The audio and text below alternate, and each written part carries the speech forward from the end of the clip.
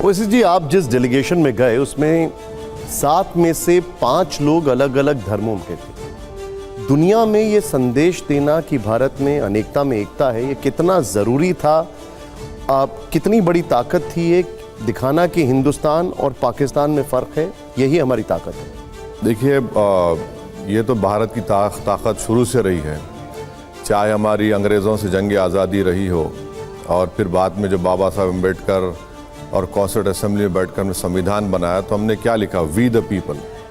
अब we the people में सब शामिल हो जाते हैं, तो ये हमारी देश की ताकत रही है। और हम उम्मीद करते हैं कि सरकार, जो बीजेपी की सरकार है, वो इस ताकत को समझे, माने और उसको और प्रॉस्पर करने के लिए और मजबूत करने के लिए काम करें। तो हमारा डेलीगेशन में जय पांडा के हमेशा ओपनिंग रिमार्क्स ये होते थे कि यहाँ पर इतने मज़हब के मानने वाले हमारे डेलीगेशन में ओवैसी मुसलमान है, शिंगरला साहब बुद्धिस्ट हैं, बीजेपी की एक लेडी एमपी हैं वो नॉर्थ ईस्ट से, वो क्रिश्चियन हैं और दूसरे हिंदू धर्म के लोग हैं, हम मुख्तलिफ ज़बानें बोलते हैं। तो जाहिर है ये भारत की डाइवर्सिटी, इसकी खूबसूरती, उसकी ताकत रही है, उसको हमको बचा के रखने की ज़रूरत है। लेकिन ओवैसी साहब, एक चीज़ जो बार बार कही जा रही है और विपक्ष की तरफ से भी बहुत आ रही है कि जो हमारा डेलीगेशन गया उससे ज़्यादातर राष्ट्राध्यक्षों ने मुलाकात नहीं की, बड़े बड़े अधिकारियों ने मुलाकात नहीं की, बस विदेशों में बसे भारतीयों को भाषण देकर आए। विपक्ष ये बार बार कह रहा है कि ऐसा लगता है ये डेलीगेशन सिर्फ छुट्टी मनाने गया था। अब जाहिर है जो पुरानी पार्टी के बड़े लीडर ने बात कही है, अब हम तो उनके गम को समझ नहीं पा रहे हैं। शायद उनको किसी डेलीगेशन का हेड बना देते तो शायद उनको मालूम होता। हम लोग सैर व तफरीह करने नहीं गए थे। मैं आपको बता रहा हूँ कि जितने हमारे सुबह की मीटिंग्स होती थी उससे पहले हम लोग जय पांडा के पास बैठकर बात करते थे, गुलाम नबी साहब भी थे। फिर मीटिंग जिससे होती थी उसके बाद फिर हम लोग असेस करते थे कि हमने क्या कहा, फिर दूसरी मीटिंग के बारे में कौन क्या किस तरह से अपने भारत के व्यू पॉइंट को रखेगा। तो ये तो आसान काम नहीं था। मुझे नहीं मालूम कि लोग अगर समझ रहे हैं कि सैर व तफरीह के लिए गए, सैर व तफरीह के लिए तो नहीं गए थे। कांग्रेस ने उसका एक वीडियो पोस्ट किया, जरा देख लेते हैं, आइए प्ले करिए उसको जरा। जाने ना माने तू या माने ना,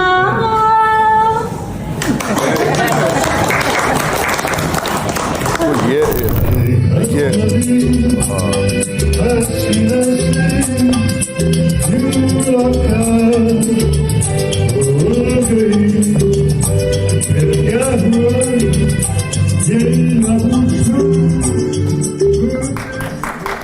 लोग कह रहे हैं कि कुछ नेता तो कंफ्यूज हो गए कि इंडियन डेलीगेशन में आए हैं या इंडियन आइडल में, ये कहा जा रहा है।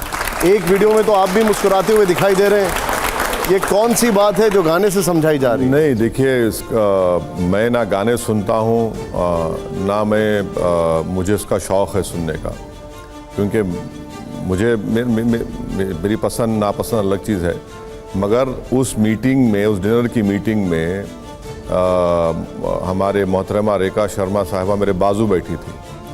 तो अल्जीरिया में इंडियंस को लोग कैसे जानते हैं?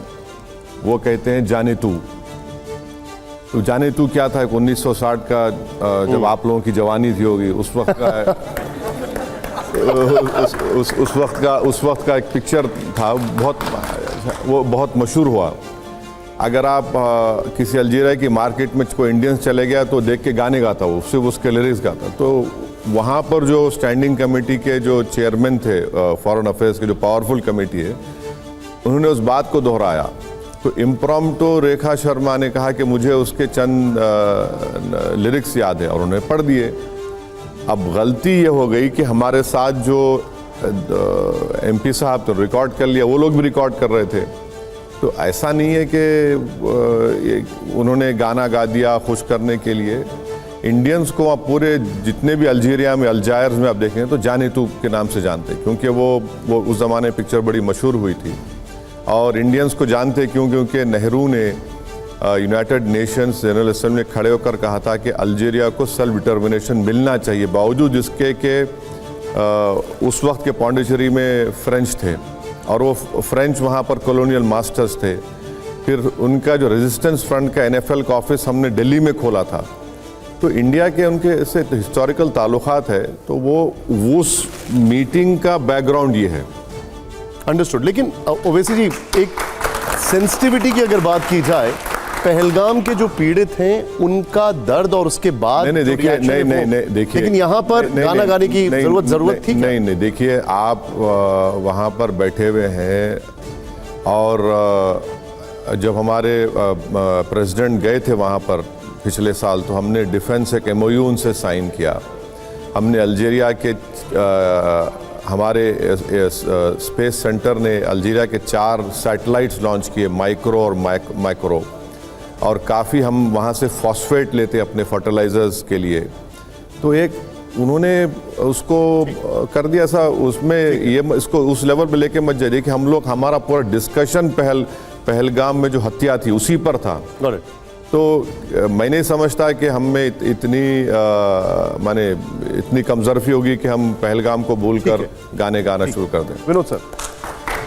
ओवैसी साहब, ये बड़ा अच्छा लग रहा है कि जिस तरह से आपकी तारीफ हो रही है, और well deserving one must say. लेकिन आपके साथ भारत के पॉलिटिक्स में जो काफ़ी स्तर तक ऐसा ट्रीटमेंट रहा है, जैसे अब आप गए वहाँ पर, तो आप एक नेशनलिस्ट मुस्लिम की तरह देखे जा रहे हैं इस देश में। आप हमेशा थे राष्ट्रवादी, लेकिन पहली बार कुछ लोगों की नज़रें बदली हैं। आपका रवैया नहीं बदला, उनकी नज़रें बदली हैं। लेकिन आपसे पहले एक राष्ट्रवादी होते थे, मौलाना आज़ाद, उनको मुस्लिम लीग इसलिए हिट करती थी because he was a nationalist Muslim. आप अपने आप को उस रोल में पा रहे हैं आज के दिन, और इसीलिए आपका सेलिब्रेशन हो रहा है। आप मुझे एक बात बताइए कि आप जब वहां गए तो आपसे वो सवाल नहीं पूछे जो आप पार्लियामेंट में सवाल उठाते हैं अक़लियतों के लिए हमारे देश में? वो सवाल किसी ने पूछा कि नहीं? नहीं देखिए, हम जिस दुनिया में रह रहे हैं, अगर हम ये समझेंगे कि भारत में जो कुछ हो रहा है वो कुवैत को, अल्जीरिया को, सऊदी अरेबिया को नहीं मालूम होगा, बिल्कुल मालूम होता है। क्योंकि कुवैत में 10 लाख भारत के लोग काम करते हैं, बहरीन में 3.5 लाख, सऊदी अरेबिया में 27 लाख। तो दुनिया तो छोटी हो चुकी है ना। तो ऐसा नहीं है कि कोई नहीं मालूम होता है। हमसे सवाल किए, और इस बात का इकरार हमारे जय पांडा साहब ने हिंदू न्यूज़पेपर के इंटरव्यू में भी किया था। हमसे भी सवाल हुआ है।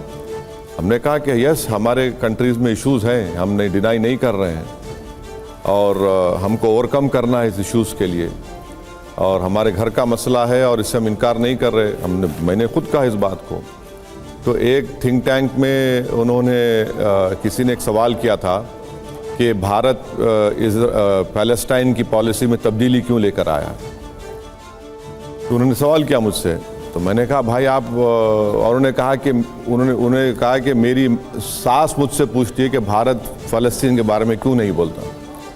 तो मैंने उनसे कहा कि भारत की कई मुसलमान सासें आपसे सवाल कर रही हैं कि जिस जगह पे आप बैठे हुए हैं, आप कुछ नहीं कर रहे और भारत को बैठकर हमसे कह रहे हैं आप तो बहुत करीब हैं।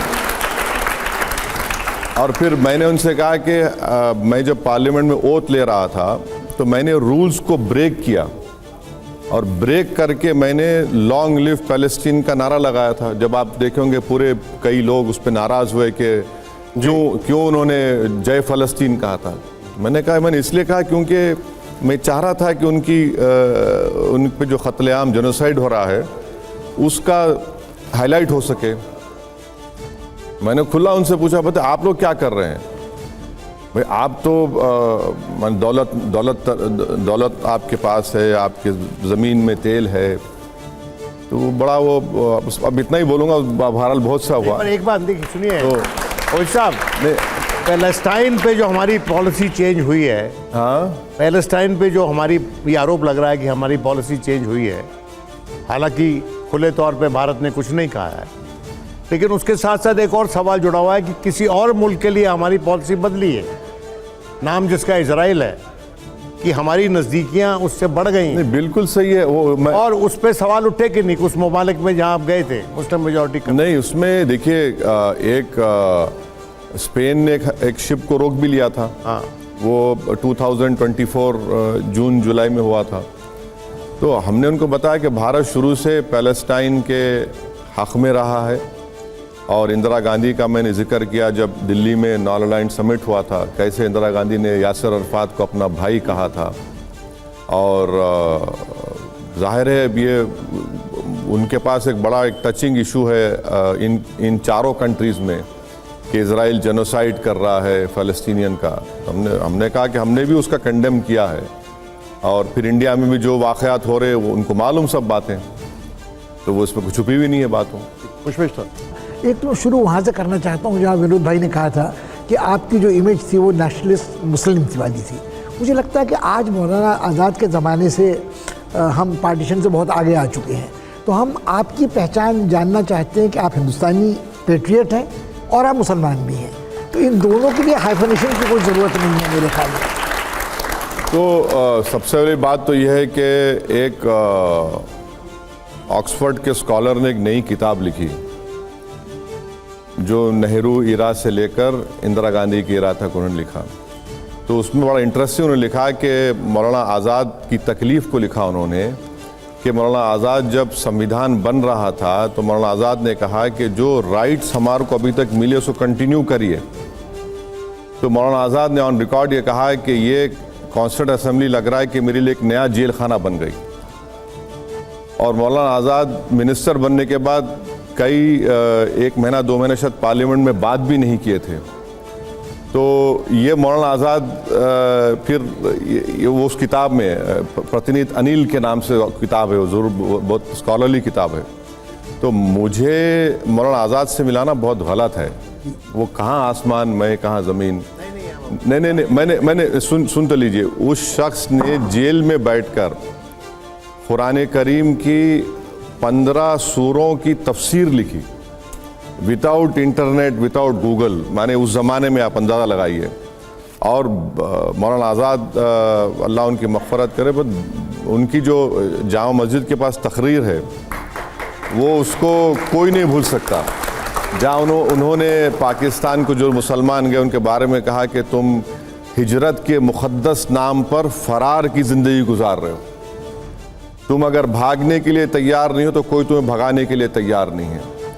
उन्होंने कहा था कि इस मुल्क के मुक़द्दर के फ़ैसले तुम्हारी आवाज़ के बग़ैर अधूरे रहेंगे। तो उन्होंने एक हौसला दिया, और हम समझते हैं कि हमारे बड़े हैं, बुज़ुर्ग हैं। और मौलाना आज़ाद माने बहुत बड़े इंडिया के पहले एजुकेशन मिनिस्टर थे। तो ये जो गैर ज़रूरी, मुझे इतनी गैर ज़रूरी जो तारीफ़ और शोहरत मिल रही है, मैं इसका मुस्तहिक़ नहीं हूँ।